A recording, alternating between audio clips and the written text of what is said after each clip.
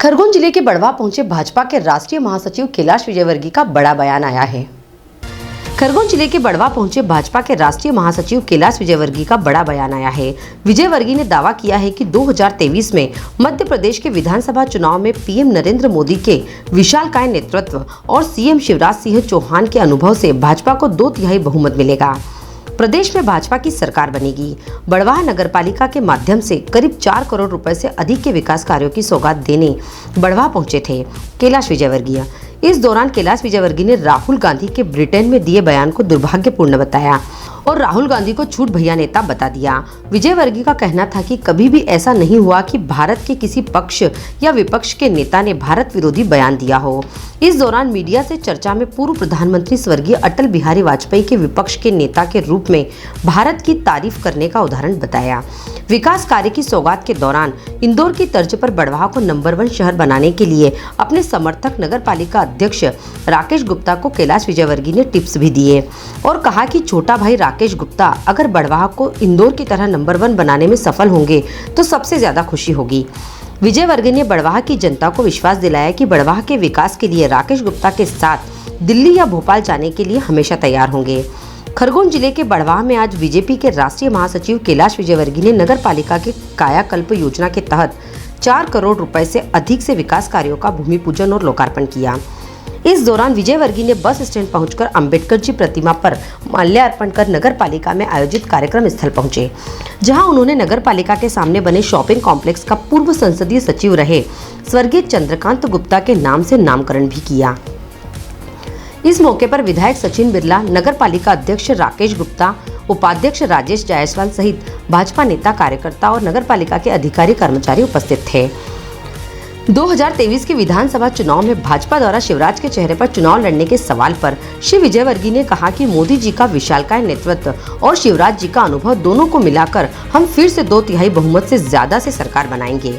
उनके विधानसभा चुनाव लड़ने के सवाल पर उन्होंने कहा कि यह पार्टी तय करेगी, मैं तो संगठन का आदमी हूँ। वहीं राहुल गांधी द्वारा ब्रिटेन में की जा रही भारत की बुराई के सवाल पर कैलाश विजयवर्गीय ने कहा कि यह दुर्भाग्यपूर्ण है। कभी भी ऐसा नहीं हुआ कि सत्ताधारी या विपक्ष के किसी नेता ने विदेश में जाकर भारत की बुराई की हो। उन्होंने कहा कि राजनीति में प्रजातंत्र के अंतर कहाँ विरोधी होना चाहिए, कहाँ नहीं, यह समझ होना चाहिए। दुर्भाग्य है कि अभी विपक्ष के पास यह समझ नहीं है कि वहाँ विरोध करना चाहिए। पार्लियामेंट में विरोध करो, देश की सड़कों पर विरोध करो, पर विदेश में जाकर भारत का प्रजातंत्र खतरे में है। अगर प्रजातंत्र खतरे में होता है तो तुम बोल सकते थे क्या? हमारी आवाज को दबाया जा रहा है। क्या किसी की आवाज को दबाया है? यहाँ पर ये झूठ भैया नेता कुछ भी बोलते रहते हैं। निश्चित रूप से शिवराज जी और मोदी जी का एक विशाल काय नेतृत्व है जो सिर्फ भारत की नहीं सारी दुनिया को देगा। और शिवराज जी का अनुभव दोनों मिलकर फिर से हम 2/3 बहुमत से ज़्यादा से सरकार बनाएंगे। ये पार्टी तय करेगी। मैं तो संगठन का आदमी हूँ। दुर्भाग्यपूर्ण कभी भी ऐसा नहीं हुआ कि भारत की किसी नेता ने, चाहे विपक्ष का हो सत्ताधारी विदेश पे जाकर भारत की बुराई की।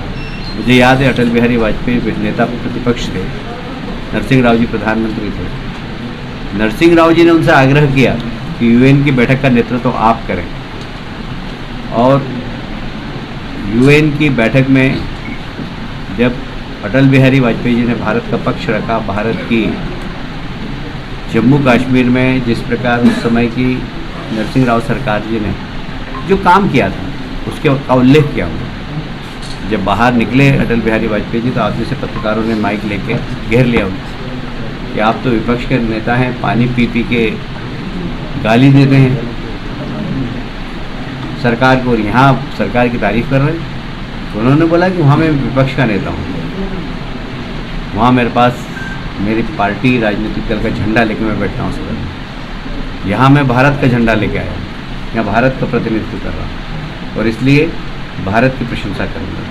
तो नेता प्रतिपक्ष होते हुए भी उन्होंने भारत की वहाँ प्रशंसा की। तो वास्तव में राजनीति में प्रजातंत्र के अंदर कहाँ विरोध होना चाहिए ये समझ होना चाहिए। दुर्भाग्य कि अभी विपक्ष के पास वो समझ नहीं है कि कहाँ विरोध करना चाहिए।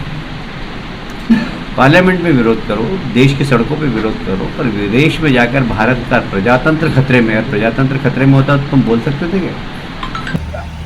सच में कह रहा हूँ, आप छोटे भाई हो, छोटे भाई पुत्र जैसा होता है।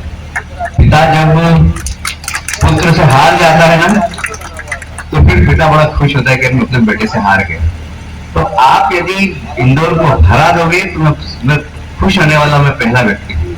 आप हराइए और वहां के लोगों के साथ मिलकर वार्ड वार्ड में जाइए, घर घर में जाइए और लोगों से कहिए कि शहर हमारा है, हमें इसको साफ करना है, हमें कचरा सड़क पर नहीं फेंकना, हमें डस्टबिन में डालना है। Digiana news depart report Khargone. Nimar की पल पल की खबरों से अपडेट रहने के लिए हमारा चैनल डिजियाना न्यूज निमाड़ को सब्सक्राइब जरूर करें।